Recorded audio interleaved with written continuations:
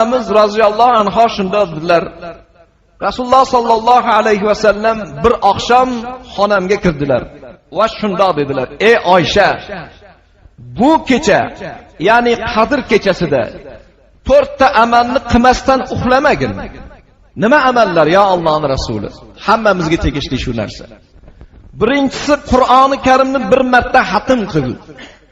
Ikkinchisi barcha payg'ambarlarga qiyomat kuni o'zingga shafoatchi qil.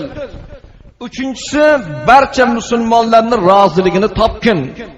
To'rtinchisi haj va umra qilgin. Shularni aytganlardan so'ng Rasululloh sallallohu alayhi va sallam xufton namozini o'qishga kirishdilar.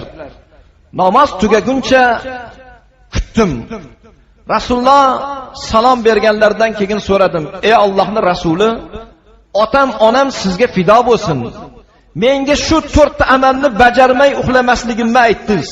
Lekin shuncha amallarni bir kechada qila olmayman. Bularni yo'lini ko'rsating."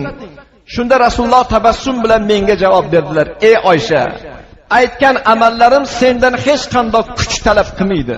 Chorasi quyidagicha. Birinchisi 3 marotaba Ixlos surasini o'qisang, ya'ni Qul huvallohu ahadni o'qisang, Qur'onni xatm qilganchalik bo'lasan" dedilar. Ikkinchisi menga va boshqa payg'ambarlarga salovat aytsang, bizlar senga qiyomatda shafoatchi bo'lamiz.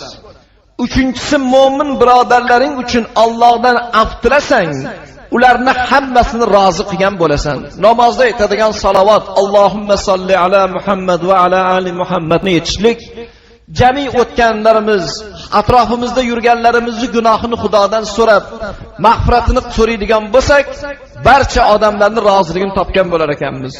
Undan keyin subhanallohi valhamdulillahi va la ilaha illalloh vallohu akbar va la havla va la quvvata illa billahil aliyul azimni aytgan odam haj va umra qilganning savobiga ega bo'ladi dedilar. Mana shu Qadr kechasida.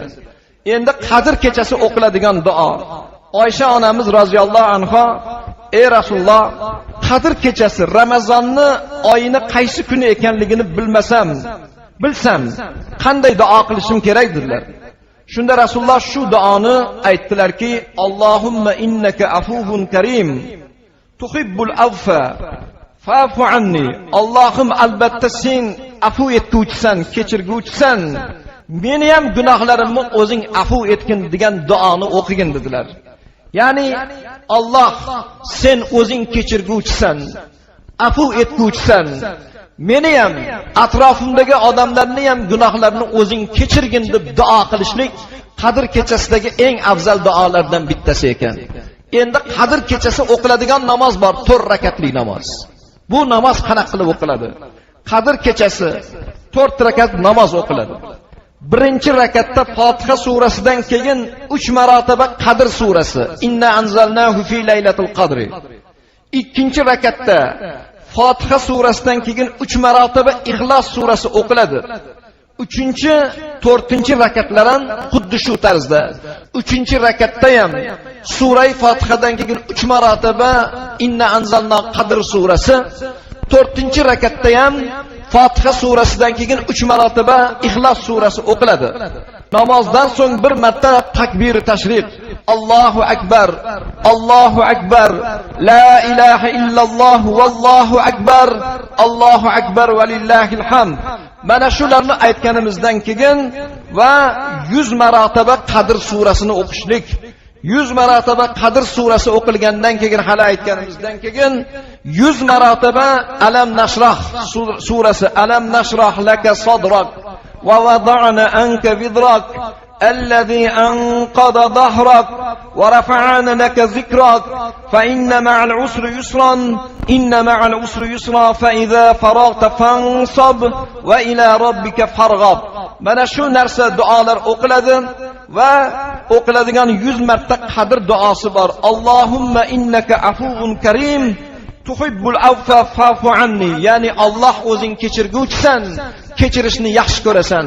Meni ham gunohlarimni o'zing kechirgin degan mazmunda mana bu duolar o'qilishi kerak ekan. Qadr kechasi qiladigan ibodatlarimiz mana shulardan iborat. Ya'ni Hazrati Oysha onamizga janob payg'ambarimiz buyurgan ekanlarki, Qur'onni xatm qilishlik. 3 marotaba sura Ixlosni o'qigan banda Qadr kechasida Qur'onni xatm qilganning savobiga ega bo'lar ekan.